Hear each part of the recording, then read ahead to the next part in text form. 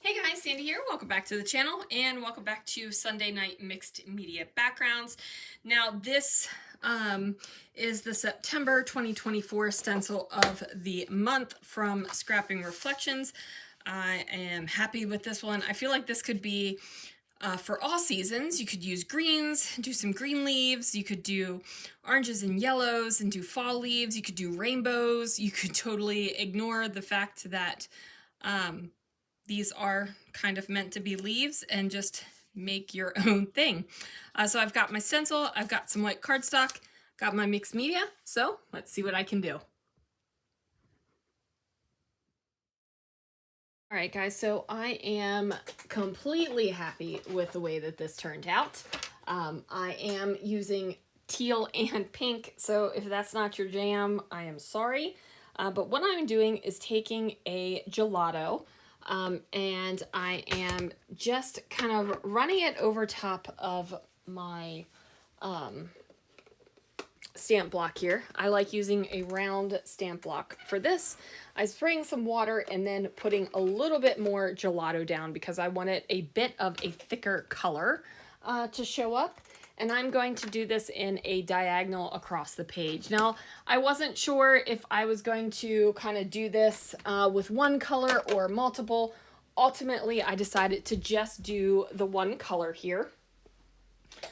And then I'm going to blot it dry because it isn't completely dry and I don't want to wait. I want to go ahead and get my background made because I am loving this one. Okay, so again, I am going to use my ink pads. Now, close to my heart was my ink pad of choice. Just to do regular inking stuff, that anything that wasn't distress with. I just really enjoy the colors. I like the way that it reacts with water. I like the way that it inks. Just really enjoyed them, right? Haven't found my replacement ink pads yet. And I, had a little panic moment about it. And I was like, oh Lord, what ink pads am I going to use? But honestly, you guys, my ink pads are juicy. I've got refills for most of them. So as they start to die, then I'll worry about it, right? Like I've just decided I don't need to put that level of stress on me when I don't need it. So what I did was I did darker over top of the gelatos. Now it's two different color pinks. The gelato is a little bit lighter and this pink that I'm putting on top is brighter. So there's going to be some layering effect going on there. And then I decided to go with this kind of teal color, and I'm using a blending brush for that one.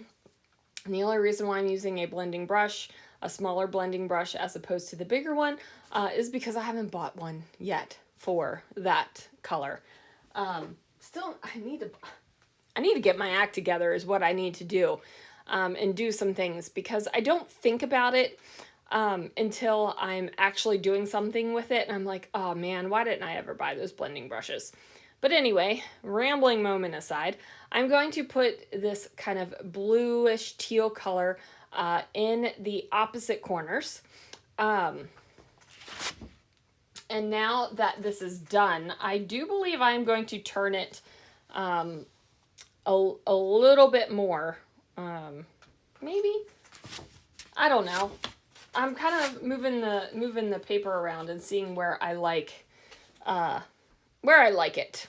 But anyway, I've got that teal on there, and now I'm going to take some Velvetine Glaze, and this is from Brutus Monroe. And I was just going to like do some random stripey bits, but I thought, oh, wouldn't it be fun if I masked off some of these leaves and put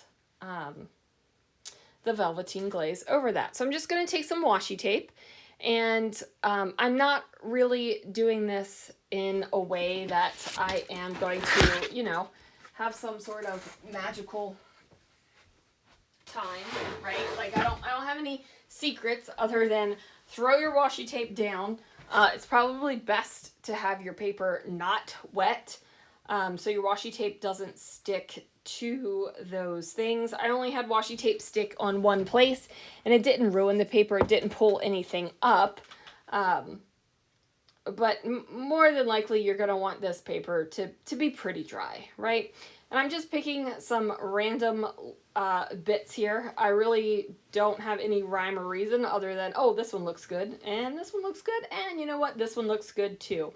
Because I don't have a thought in place for the layout that this is going to be yet. I